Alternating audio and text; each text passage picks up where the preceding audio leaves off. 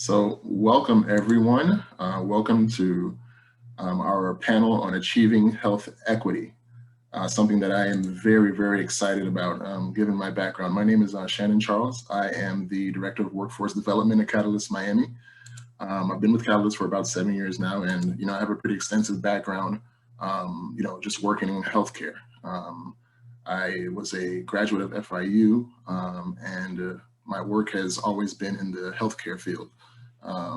I graduated with an MPH, and I've been working at Catalyst, building relationships specifically with Homestead Hospital. Homestead Hospital has been one of our champions, I would say, in Miami-Dade County, doing some excellent work, really reaching out to the underserved communities and providing access to healthcare and health services. So I'm very excited to be a part of this wonderful panel. I see that we have a wonderful group here with us who has amazing information to share. But before we do that, let's just do a little recap of what has taken place over the last couple of days. And to be honest with you, everything has changed since we're in this virtual climate. But I mean, what we've done with this Poverty Solutions Summit has been amazing so far. Just to give you a little recap of some of the things that were discussed, we had discussed the addressing the implicit bias in the medical field, community health workers and how they improve health outcomes in Black and Brown communities, which is something that was extremely important to me. Strategies to increase access to healthcare, including lowering co-pays at Jackson, our public hospital, and expanding Medicaid in Florida, because we're currently one of only 12 states where it has not been expanded, and over 700,000 people would benefit if it were. And that's a very alarming figure when you look at it. Today's discussion was going to be about local initiatives, advocacy efforts, and campaigns already underway in Miami, how we can support these, and what else we can create here locally. If you can sign up for any of these by signing up through the short form in the chat. Okay. Now we're going to go ahead and get started with our wonderful panelists. The first person who I will be calling upon to speak is Eileen Petrovich to talk about Medicaid expansion and what local and statewide efforts folks can plug into. So welcome, Eileen. The floor is yours. Thank you so much. Okay, I'm going to talk about Medicaid expansion a little bit. As we just heard, there's so many different aspects to this issue, and Medicaid expansion would kind of plug a lot of the holes, but we know it's not, the complete answer. So even after we get it expanded, we have a lot of good work we can still keep doing together. So I am going to share my screen and show you some slides. And let's see, I'll ask, can you all see that? No. I am not perfect at Zoom.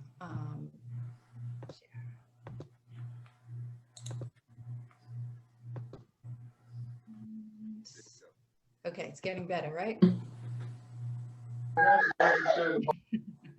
Can we see it now? Yes, we can. We can see it. Zoom challenges of 2021. So I work for healthcare I work for Florida Voices for Health. We're a small organization. We are statewide, but we work on leading the Healthcare for Florida Coalition, which is a bunch of organizations and individuals who've come together. We are nonpartisan. We're generally fall in the progressive space, but Medicaid expansion is a very nonpartisan issue. And in Florida, we kind of forget it because some of our people don't act like it is. But across the country, there's been lots of people, from all sides of the spectrum who've come together for it. And a lot of very conservative states have passed it and have had good results. So we need to bring it here. So we are a 501c3, which I think a lot of you are. So again, we're a nonpartisan. We're really focused on outreach and education. And that education can take any form. If you just have, someone who says, I want to learn more, maybe I want to run for office in the future and I'd like to know more, send them our way. We are very happy to chat with them. And we really want to get to know all of your organizations and see how we can work together. We are having a training for advocates on Monday evening. So I'll be happy to share a link for that in the chat afterwards. And as I mentioned before, Medicaid expansion is enormously important, and Shannon mentioned that earlier, which is fantastic. But there are other holes. One really important one is oral health. We're learning more and more how people don't have access to dental care and how important it is. We had a gentleman who contacted us recently, and he had unfortunately been diagnosed with cancer in his mouth, and he needed to have all of his teeth pulled in order to start his chemotherapy, and he was low income, and he couldn't find a way to do that, and we really tried to help him. So I can't even wrap my head around like getting this horrible diagnosis, having to have your teeth pulled, and you can't find someone to do that for you. So we have a lot of work ahead of us, but we can do it. And we know this past year has been really difficult financially. It's exacerbated already existing problems we have in Florida. And so many people have lost their jobs and have lost their job-based health insurance.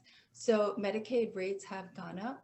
We do know that Medicaid saves states money when it's expanded. So across the board, it saves us money and it also brings in new revenue. But one thing we need to keep in mind when we're talking to people is the opposition will just say, it's too expensive. It would be nice to have, it's too expensive, but we can't afford it. And then they'll say, so many new people signed up, it makes it even more expensive. So we will give you all the facts and figures you need to have that discussion, because it's not true. And also the Florida Hospital Association is kind of an interesting organization, and they've been seeing their costs go up, and Medicaid expansion is something that brings in a lot more revenues to hospitals. So ultimately it would be in their best interest. And you may have heard about the Medicaid Gap. It's, you probably remember when the ACA came out. So the idea was that people in the lowest income groups would get access to Medicaid. These are some people who may not have had it before. And then once you make a little more money, you can get a subsidy. And then eventually, as you make more and more money, the subsidy goes away. And there were a lot of legal challenges. And the way that played out was states could decide if they wanted to expand Medicaid. At this point, all states except for 12 have expanded it. And as I mentioned, they've had lots of great results. We have not, so we need to work on that. And that can happen either through a ballot initiative or through the legislator.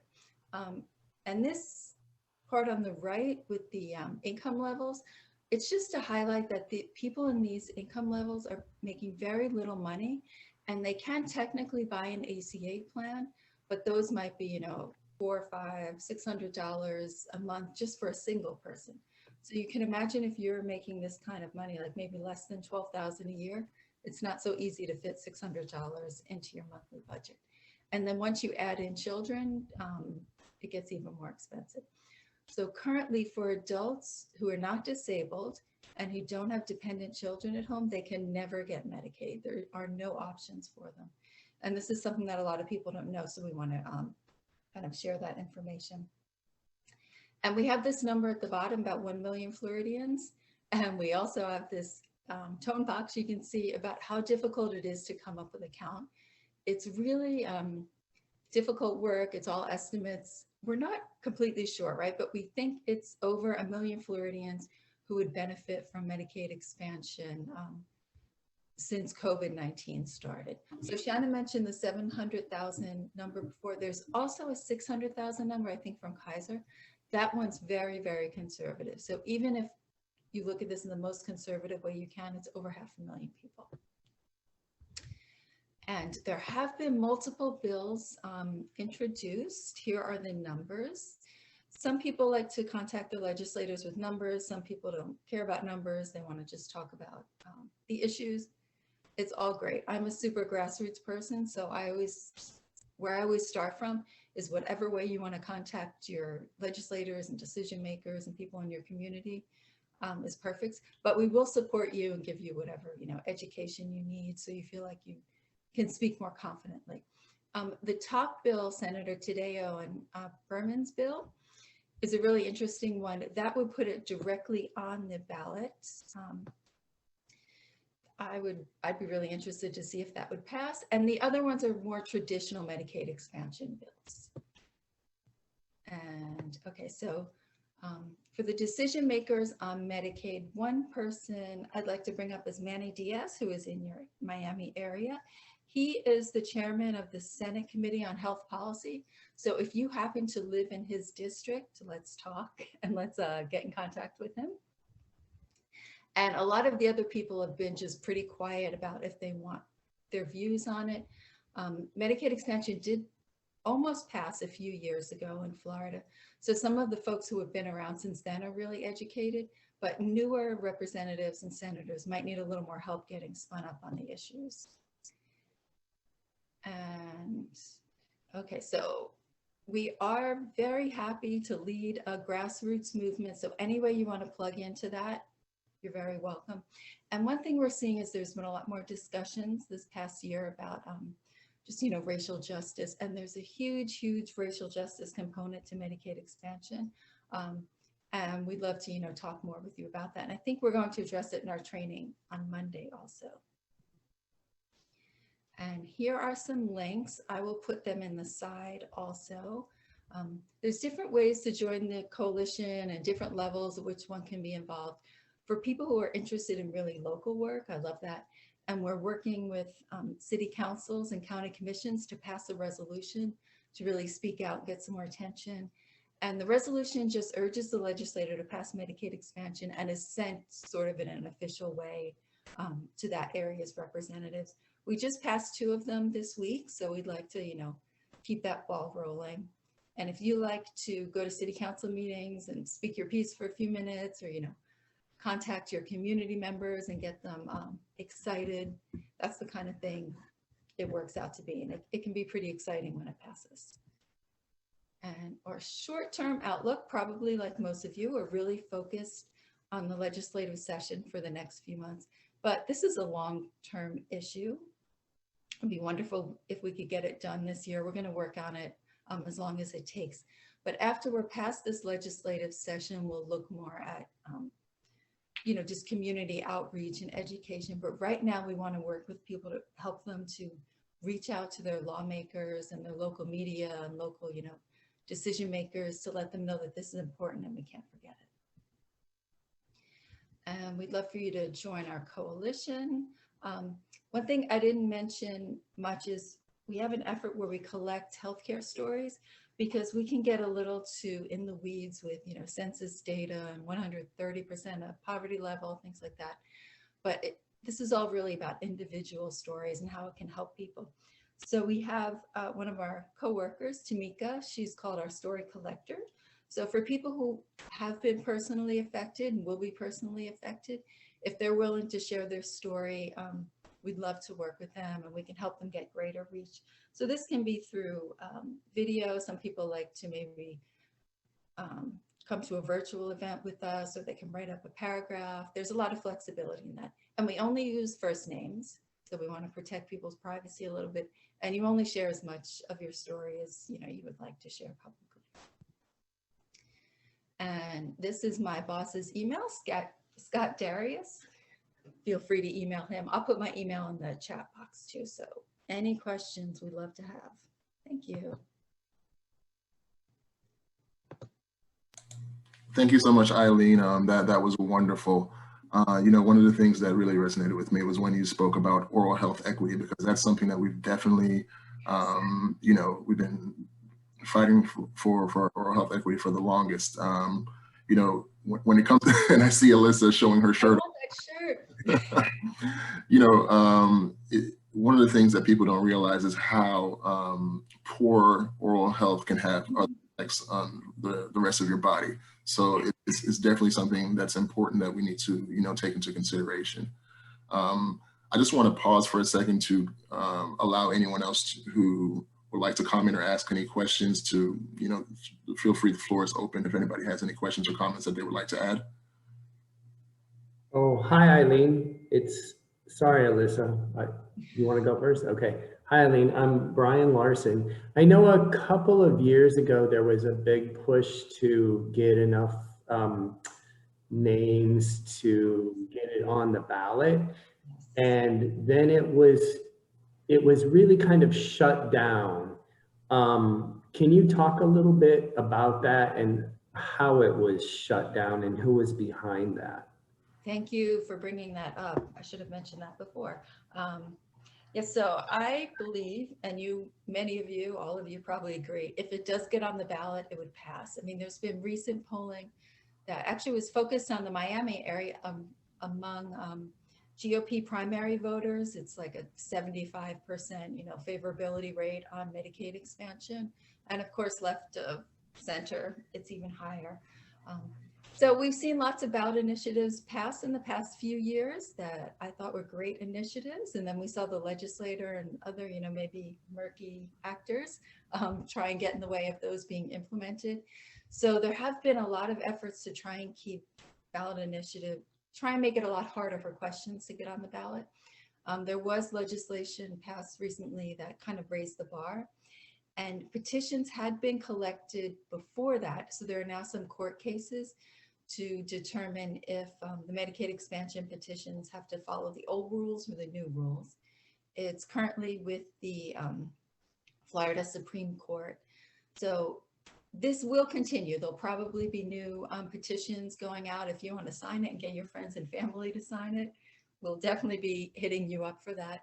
So we just want to work on every avenue now. So legislatively, it could pass, or it could be, hopefully we can get the question on the ballot eventually, and that will pass. And it's really the same work because we're just educating people about how much it's needed, how much it will help us. And whenever that question, comes to us, we need to say yes and push our legislators to say yes. But Brian, I mean, we're probably in agreement. There are a lot of people who are trying to keep the question from coming to everyone directly. So we're going to keep pushing.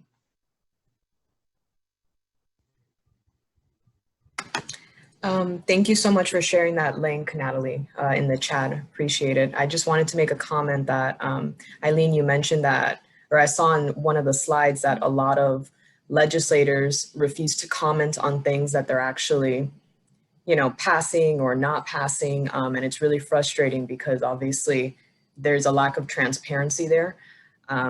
So I guess I just wanted to encourage us all to continue to be advocates and pressure these legislators to continue or at least try to be more transparent than what they're currently being, because at the end of the day, these are our lives, this is our livelihood. So thank you so much for sharing. Yeah, and if you want to get your legislator to go on the record saying yes or no, that's a beautiful thing. Please share it with us.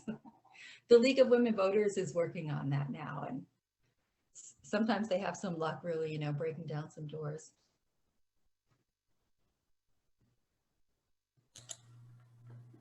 Thank you so much, Eileen, for sharing that information. You're doing wonderful work.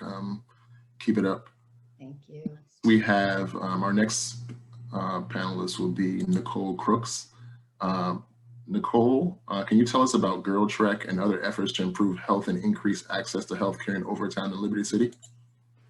All right. Hi, everybody. Happy Saturday. I hope everybody's doing well. I was chuckling because I have my door open. And so if you hear somebody singing about rain, rain, go away, you just know it's somebody really enjoying the rain on their balcony. I am a team leader with Girl Trek Overtown. Girl Trek is a national organization, and really we're international now. And the goal when it was started was that we would get 1 million Black women walking 5 days a week, 30 minutes a day, to take back our communities, our lives, our health, and all of those things.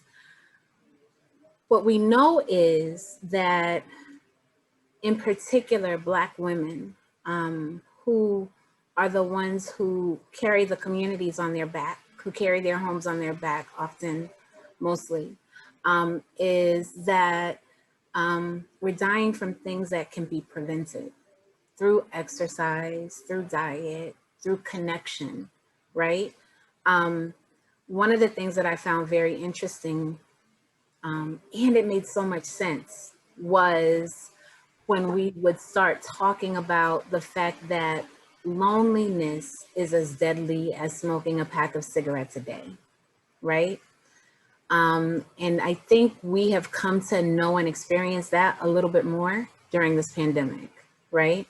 And just understanding the need for belonging, the need for connection, and the ability to be able to move your body in ways that you're supported and you feel that sense of community.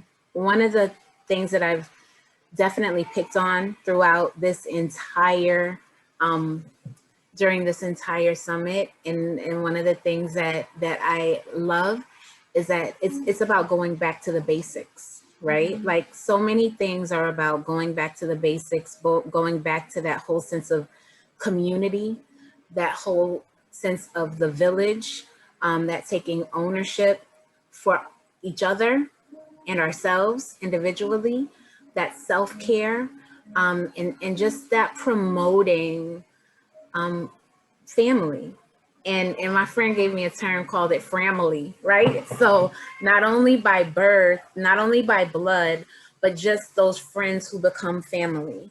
And so that's one of the things that we've experienced a lot with Girl Trek. We really had that push over the past year and a half or so here in Overtown. And so one of the things that we did with that was we would have we called it Superhero Saturdays, right?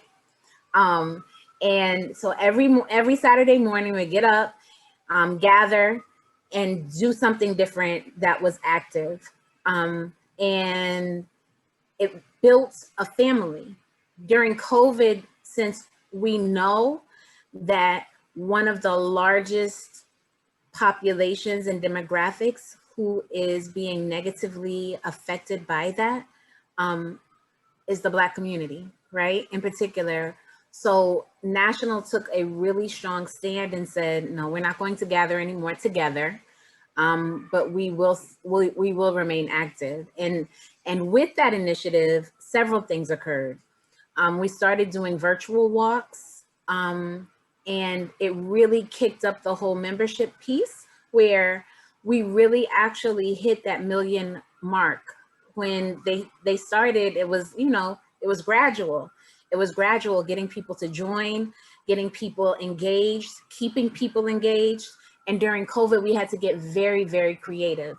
And some of the ways in which we got creative with that was creating gardening communities, online, like an online gardening community where every Sunday, a group of people would get together in their homes, and some of us, me, with brown thumbs, like I've become a yellow thumb in the midst of all of this, right? Like I've become a yellow thumb, but even being able to just communicate and connect like that. And so that is one of the biggest things that has happened with the Girl Trek model, and extending not only from Overtown through Liberty City, Miami Gardens, and just really creating that whole sense of community moving forward. So yes, that's what Girl Trek is about. I don't know if there are any questions, any concerns.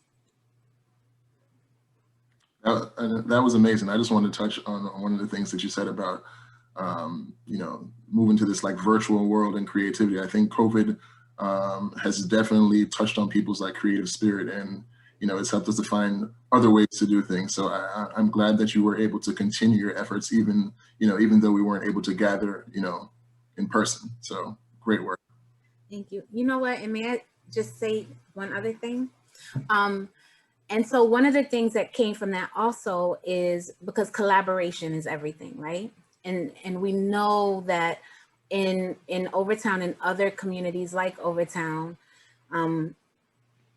historically Black communities in the Miami area, one of the things that we're losing sight of, or that's becoming a little bit challenging, is where the youth are not necessarily understanding the legacy and the history of these communities, right? And then we see and we experience the gentrification, and we see what exists now. And we think that that's the reality that has always been. But one of the things that is not, but we were a thriving community, right? Not only Overtown, but also the West Grove community and so on and so forth. And in a way to be creative and be able to really honor the social distancing, one of the things that a group of organizations and community members did was we created a virtual walk, and it's called the Historic Overtown Legacy Trek. And if you go on to goingovertown.com and you scroll down to Activate Overtown, you'll be able to find the map, and I'll put the link as soon as I finish. I'll put the link there. But one of the things that we have they're like stickers, and there's a QR code on the stickers. And so you can do a self-guided tour, and you can learn more and more about different areas in Overtown and what they once were, what they are now. And in the process, you move your body, right?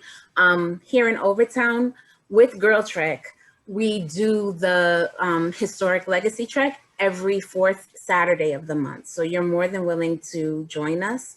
We would love for you to be able to go onto the Girl Trek website, and I'll put that in the link as well. It's girltrek.org, www.girltrek.org, and register. If you're on Facebook, you can connect to Girl Trek South Florida.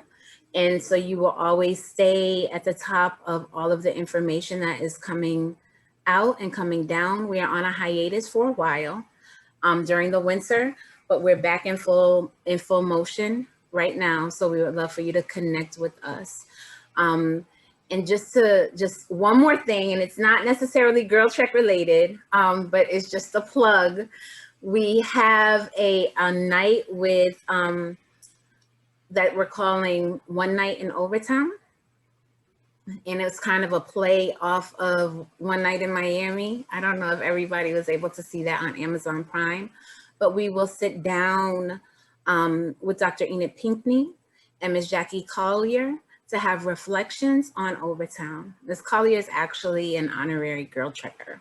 So we look forward, we would love to see you there. That's on Tuesday at 7.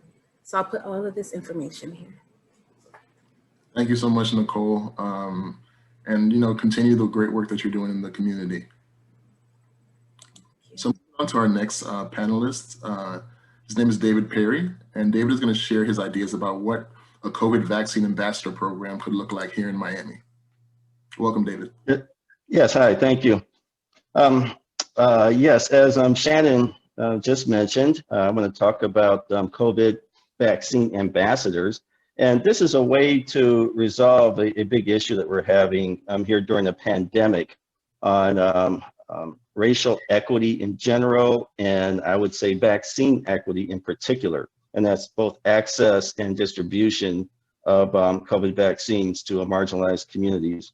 So here's the problem. As everyone knows, COVID has illuminated the healthcare inequities that are generally present throughout our society. We are seeing right now that people of color, poor people, people experiencing homelessness, for instance, are all 2 to 3 times more likely to get sick and die of COVID than wealthier and white communities. And that's obviously a result of existing inequities.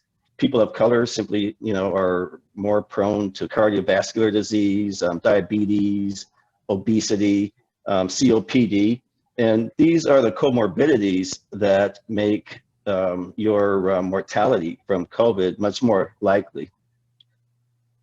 So we're also seeing, on the other hand, that there's a huge inequity in both access and distribution of COVID vaccines to the hard-hit communities. So there was a very interesting article that came out in January 22nd, I believe, in the Miami Herald, that showed that wealthy communities like on Fisher Island were getting vaccinated around 13 to 15%, as opposed to poorer communities like in Opelika were getting vaccinated less than 1%.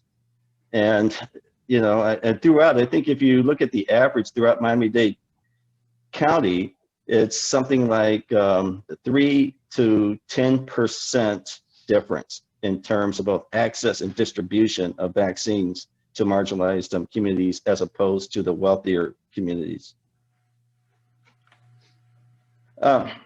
So that's what the issue is.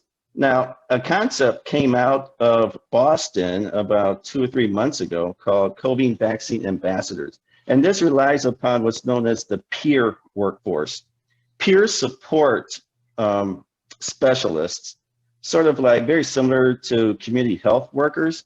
These are individuals with a lived experience of either homelessness or a lived experience of mental illness or of substance abuse, who have overcome those challenges and either stabilize those challenges or are in recovery. And they can use that experience now to effectively act as outreach and to engage the very communities that they were once, that they're a part of. And we found that the peer support concept is highly effective in terms of outreach and in terms of, as I said, engaging these vulnerable communities.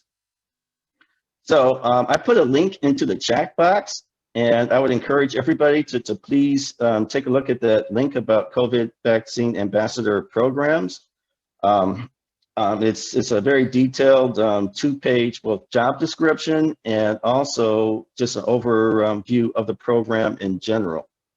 But in short, in summary, a COVID vaccine ambassador would be an individual with a lived experience within a marginalized community who, as I said, has managed to overcome the challenges of that experience and now can help to engage individuals, can act as outreach and engage individuals within the community. Now, why is this important? It's important for 2 reasons.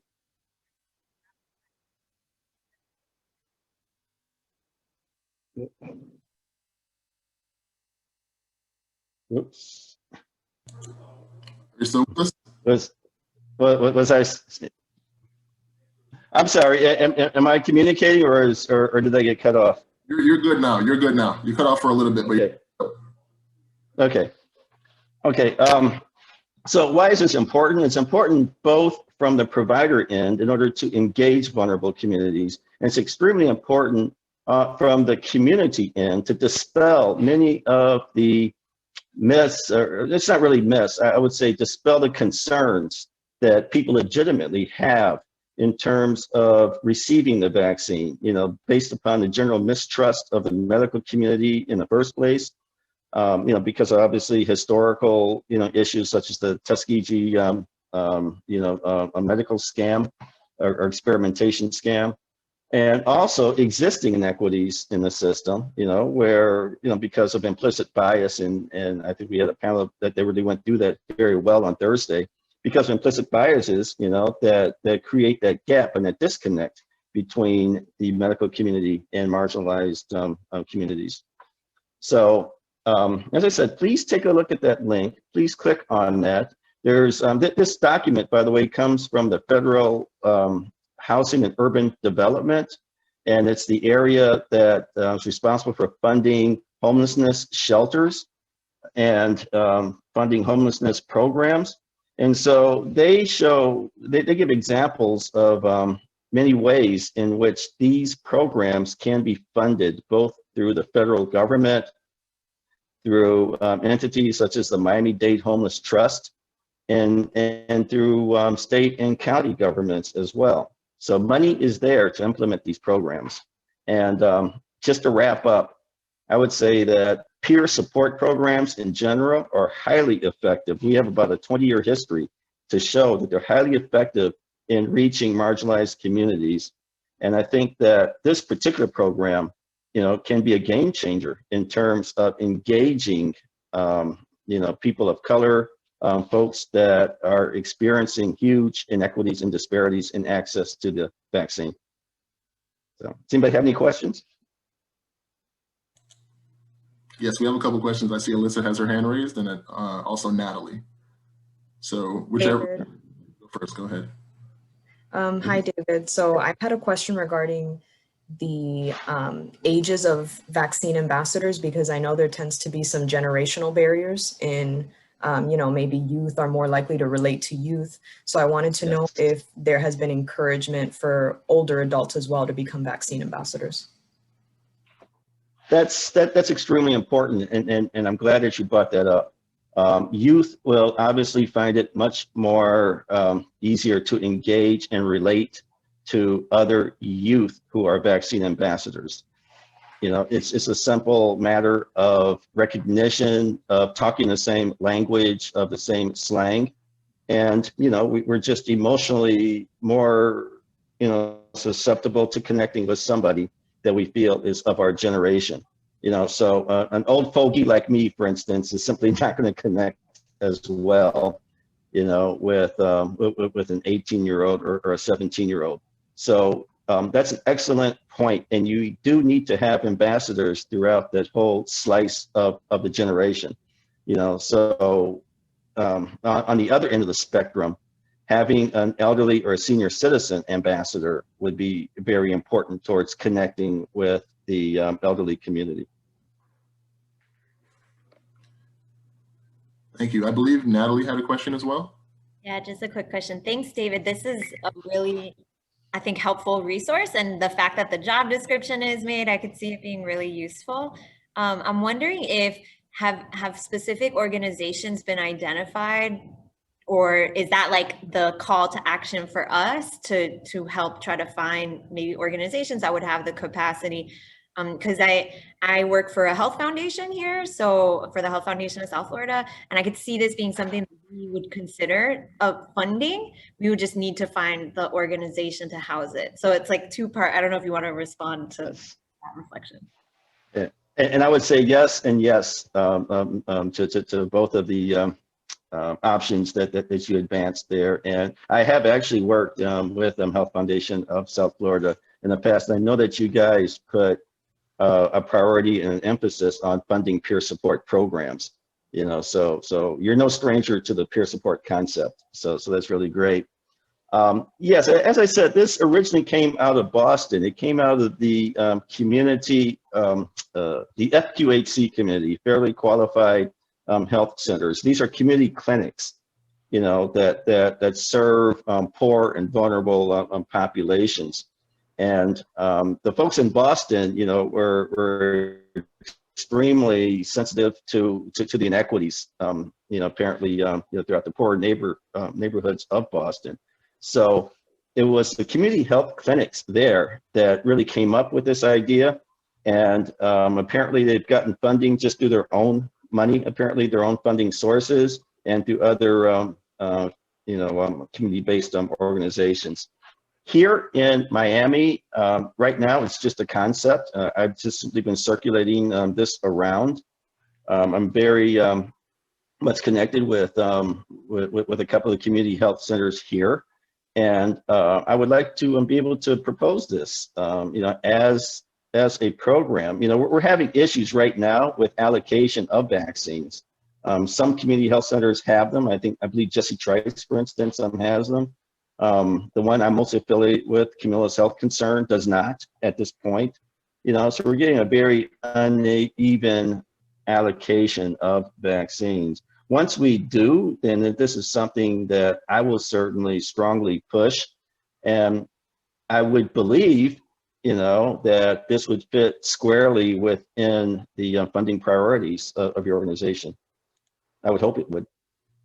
Yeah, thanks, David. That's great. And yeah, like you said, there's funding out there. You know, there was a lot of CARES Act dollars. I don't know if any of you were following that a few months ago that needed to be sent. So I think having the sample is really great. So thank you. This is great.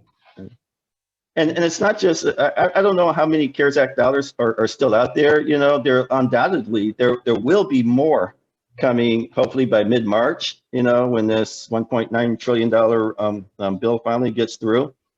But even so, if you look at that document, it talks about how existing monies from continuum of care organizations, continuum of care are the shelters, basically, the homeless shelters. Money is there that can be reimbursed by the federal government right now, here today, you know, and through the Miami-Dade Homeless Trust, and possibly through some programs currently being implemented by the county government.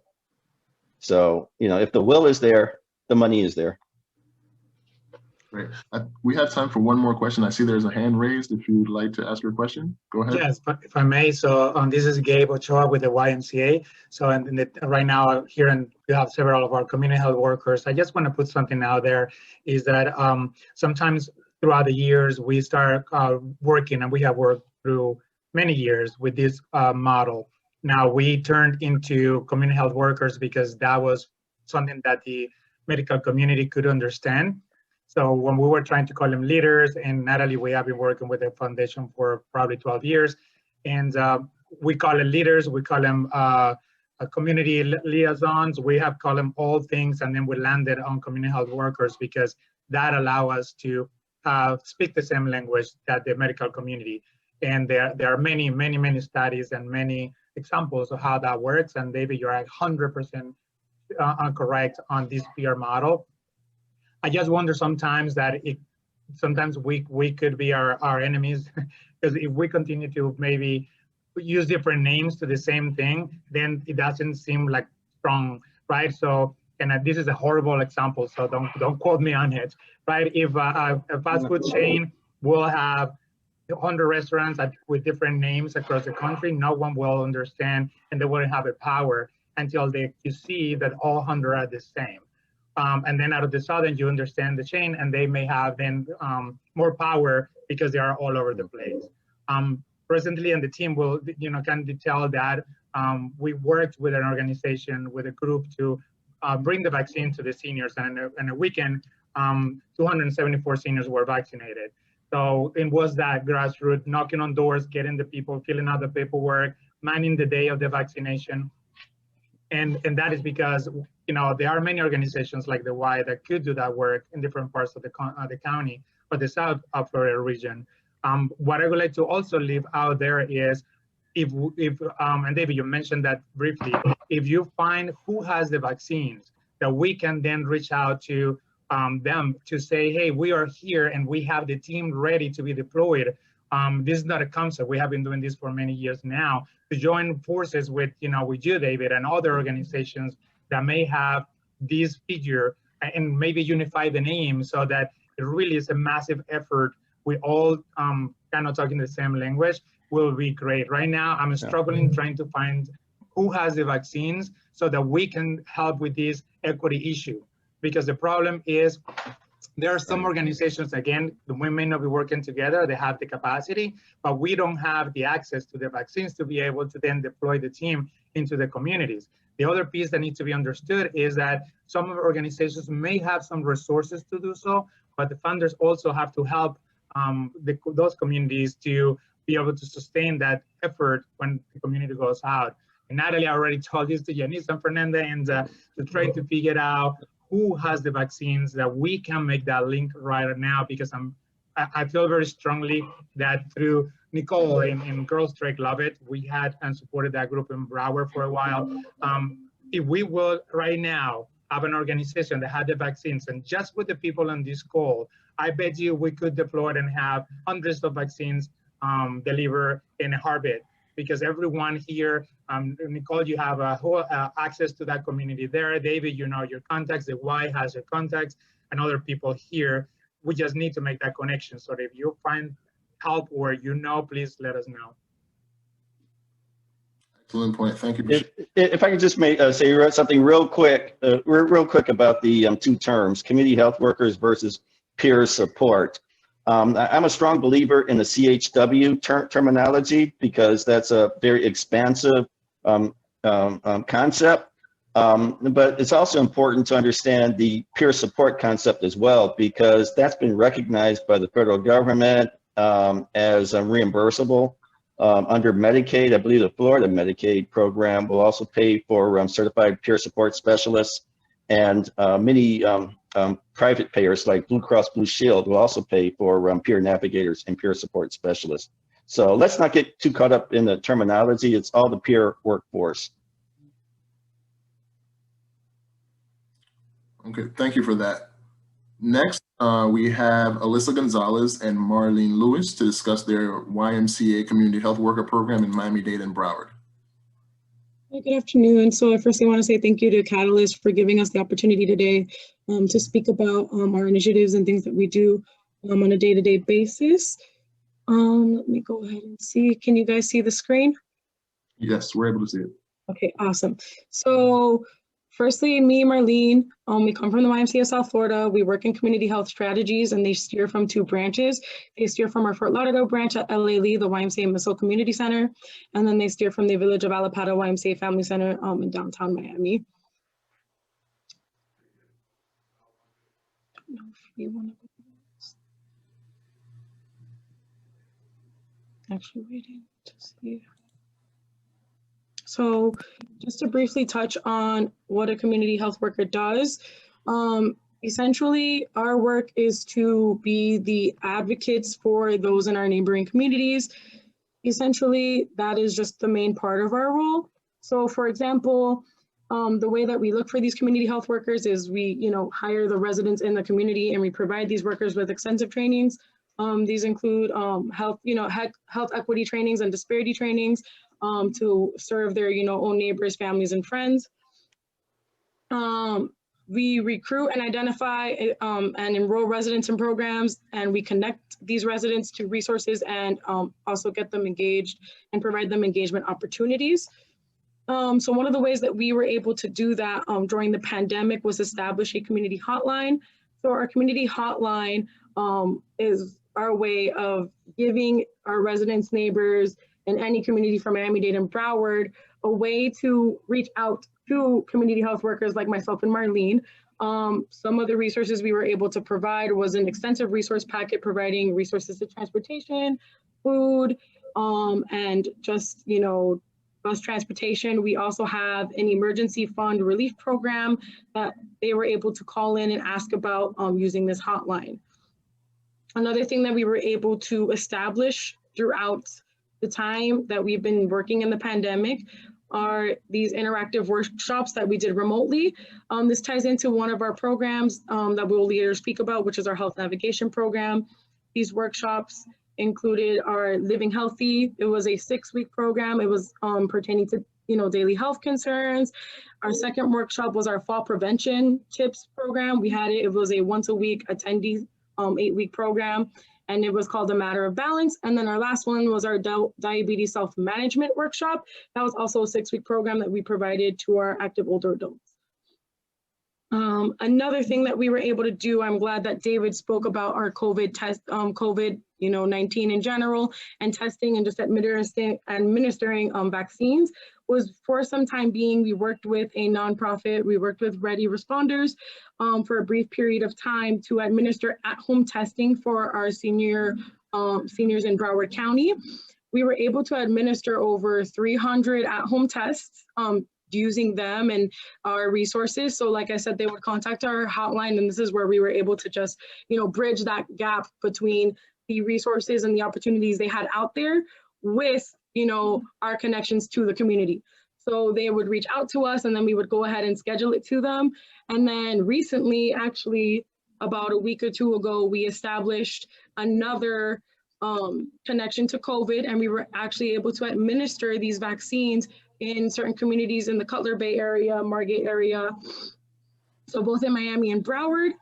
And what we did with that is we worked with the Related Group Foundation, and we were able to connect with the property managers to, again, bridge that gap and connect to the community and let them know, hey, we have an opportunity for you to receive the vaccine literally in your community housing. You would go downstairs, they'd go to their leasing office or poolside amenity centers, and that's where they were able to get that testing offered to them.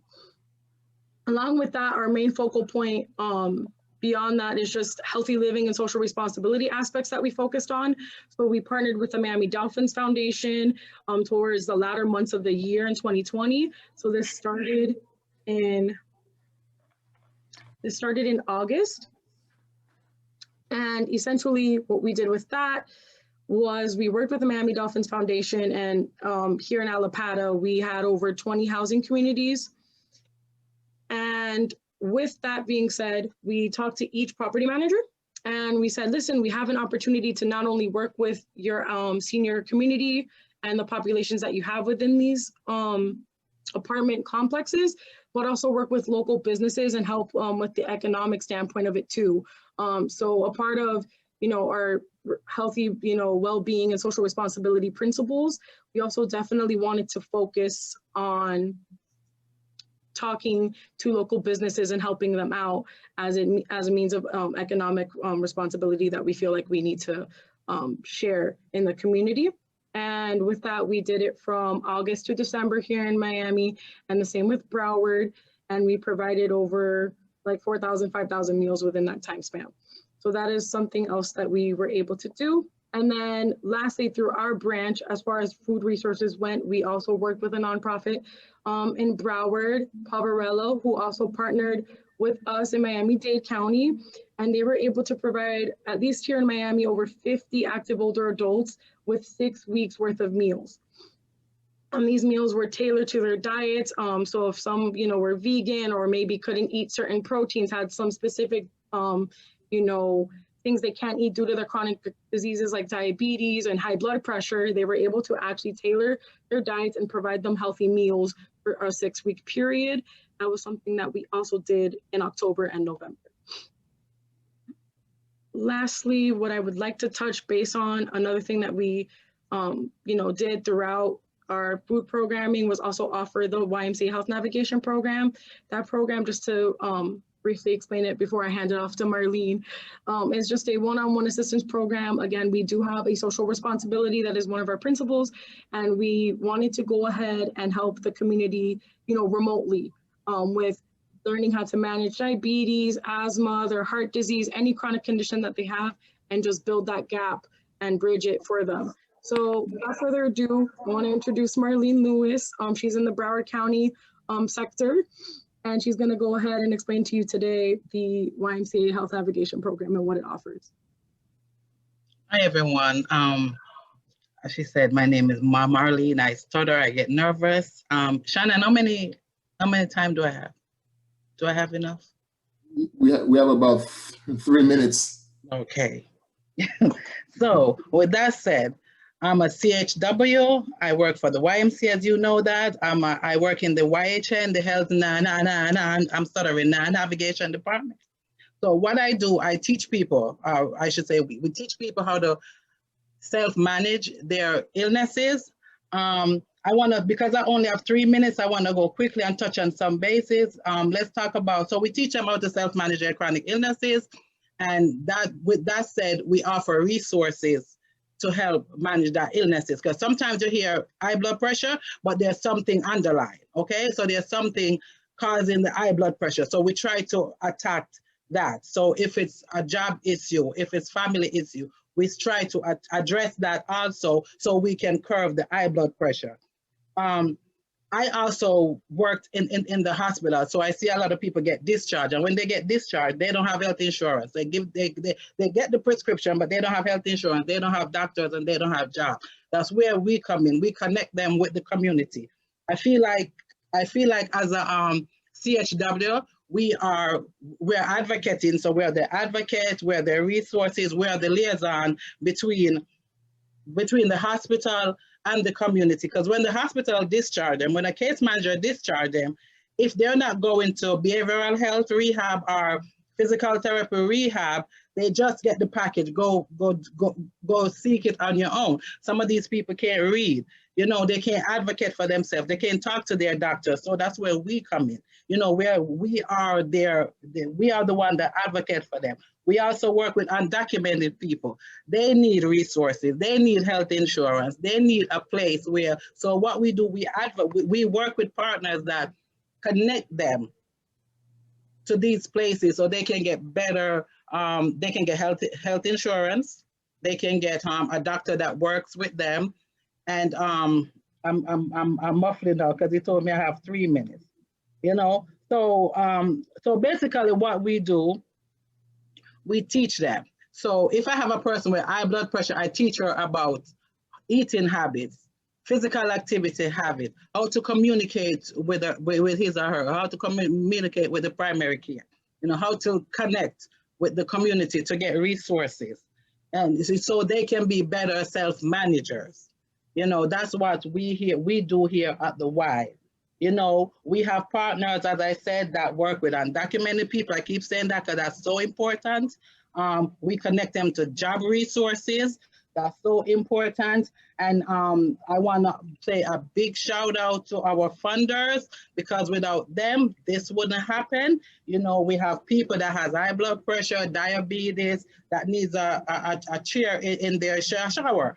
And without the funders, we can assist them with these incentives. We can assist people with high blood pressure kit. We can assist them with blood sugar kit. We can give them a shower chair. We can give them a walker. So I want to say big shout out to the funders that fund us. We have people that we put them in job, and now they come from homeless to have an apartment.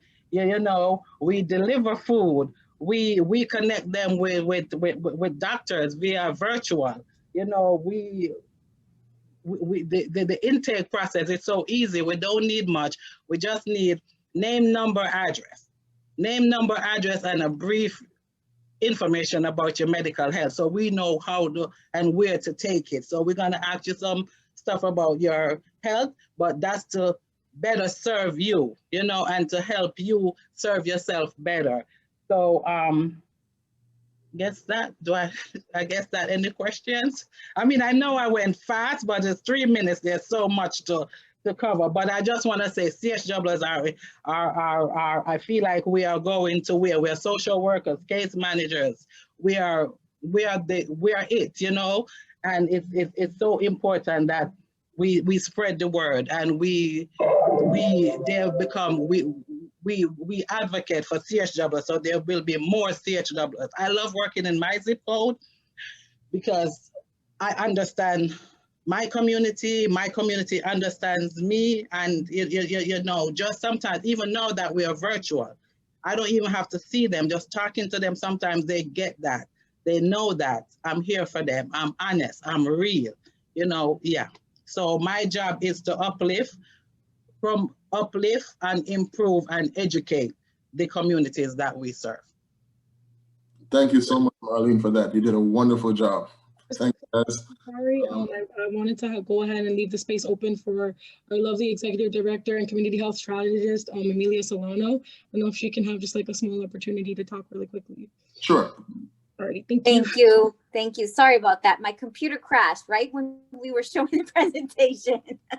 Sorry about that. So the only thing I want to say, I know that our team, Melissa and Miss Marlene, and I see some of our other staff on here, Miss Evelyn and Whitney, it really is about, just like they shared, they care about their community. They know how it feels to deal with these barriers. They've dealt with them.